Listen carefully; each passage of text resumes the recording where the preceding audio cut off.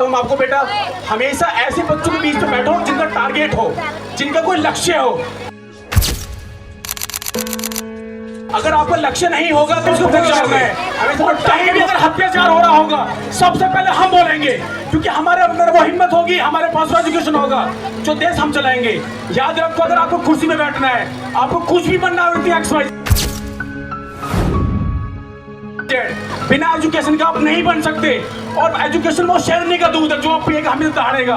और इसीलिए मैं बस कहना चाहता हूँ आपसे कि सो प्लीज एजुकेशन प्राप्त कीजिए। भूखे रहिए, कपड़े गंदे पहने, कोई दिक्कत वाली बात नहीं है, लेकिन यहाँ पे एक बच्चा भी ऐसा ना हो जो एजुकेशन से वंचित रह जाए। प्लीज एजुकेशन प्राप्त कीजिए आप।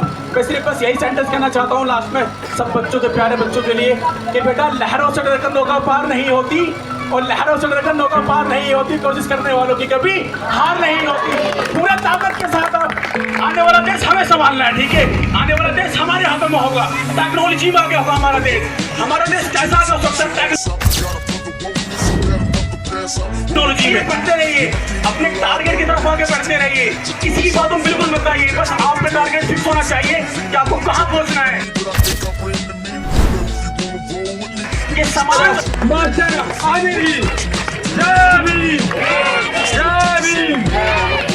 और मैं इसी कड़ी को आगे बढ़ाते हुए राष्ट्रीय उपाध्यक्ष जी से अनुरोध करूंगा, श्री हमारे बीच आए हुए नवयुवक युवा प्रवक्ता मिस्टर आमिर जी आपके बीच में कुछ बात रखना चाहेंगे।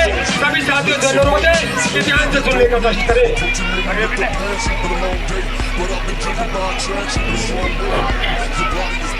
थैंक यू सो मच सभी का। देखिए, मुझे सिर्फ एक दो पॉइंट बात करनी है बस आपसे, ठीक है?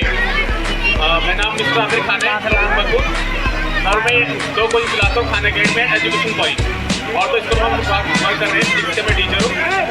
मैं आपको बस यहाँ पर बस एक सेंटेंस देना चाहता हूँ कि बाबा साहब का बस एक सेंटेंस याद कर लीजिए। अगर शिक्षा के लिए हमें हाथ की थाली भी बेचनी पड़े, अगर शिक्षा ग्रहण करने के लिए हाथ की थाली बेचनी पड़े तो बेच तो बिल्कुल, क्योंकि अगर हमने उस थाली के बैठ कर शिक्षा प्राप्त कर ली तो आने वाले टाइम में सबसे बड़ा अचीवमेंट यही होगा हमारा। Condition number first and second, आने वाली जनरेशन आप लोग हो बेटा, हम लोगों को देश संभालने जाने वाला। अगर हम लोग एजुकेशन वाले बंदे होंगे तो हम लोग हर जगह करेंगे बैठकर।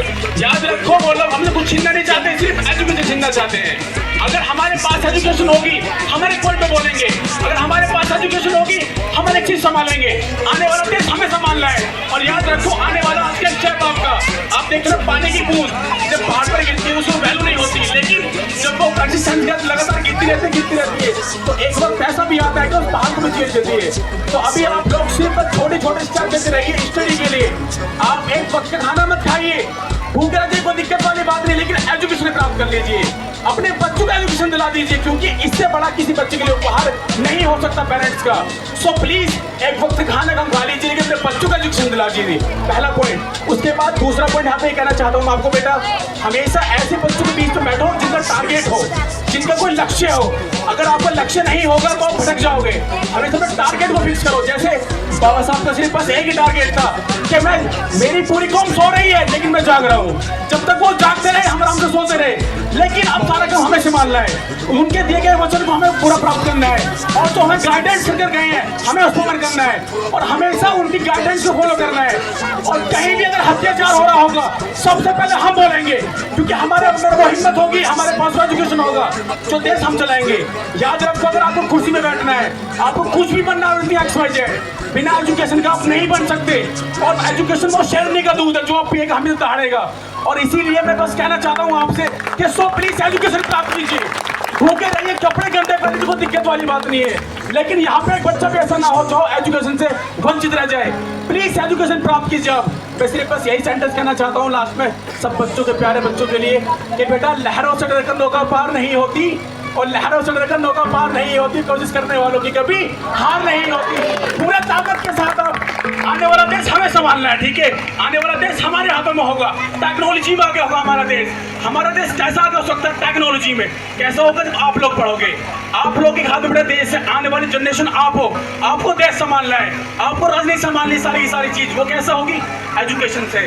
सो प्लीज पढ़ते रहिए, अपने टारगेट की तरफ आगे बढ़ते रहिए, किसी की बातों में बिल्कुल मत आइए, बस आपका टारगेट फिक्स होना चाहिए कि आपको कहाँ पहुंचना है। ये समाज आपको सपोर्ट करेगा, लेकिन तब सपोर्ट करता है जब आप कुछ वैल्यू दिखाते हो। हमेशा अपनी वैल्यू दिखाओ और इंप्रूवमेंट करके दिखाओ। और छोटा सा शेर है आप सब बच्चों के लिए, जैसे सेंटेंस बोलते हैं कि बड़ों को खोल जमाना उड़ान देखता है ना, तो वैसा बोलते हैं कि बड़ों को खोल जमाना उड़ान देखता है, जमीन पर बैठ के क्या आसमान देखता है। हमेशा आप उड़ोगे, आपके पर अभी छोटे बड़े बहुत बड़े होंगे आने वाले टाइम में, यही लोग आप ही लोग इतिहास लिखोगे।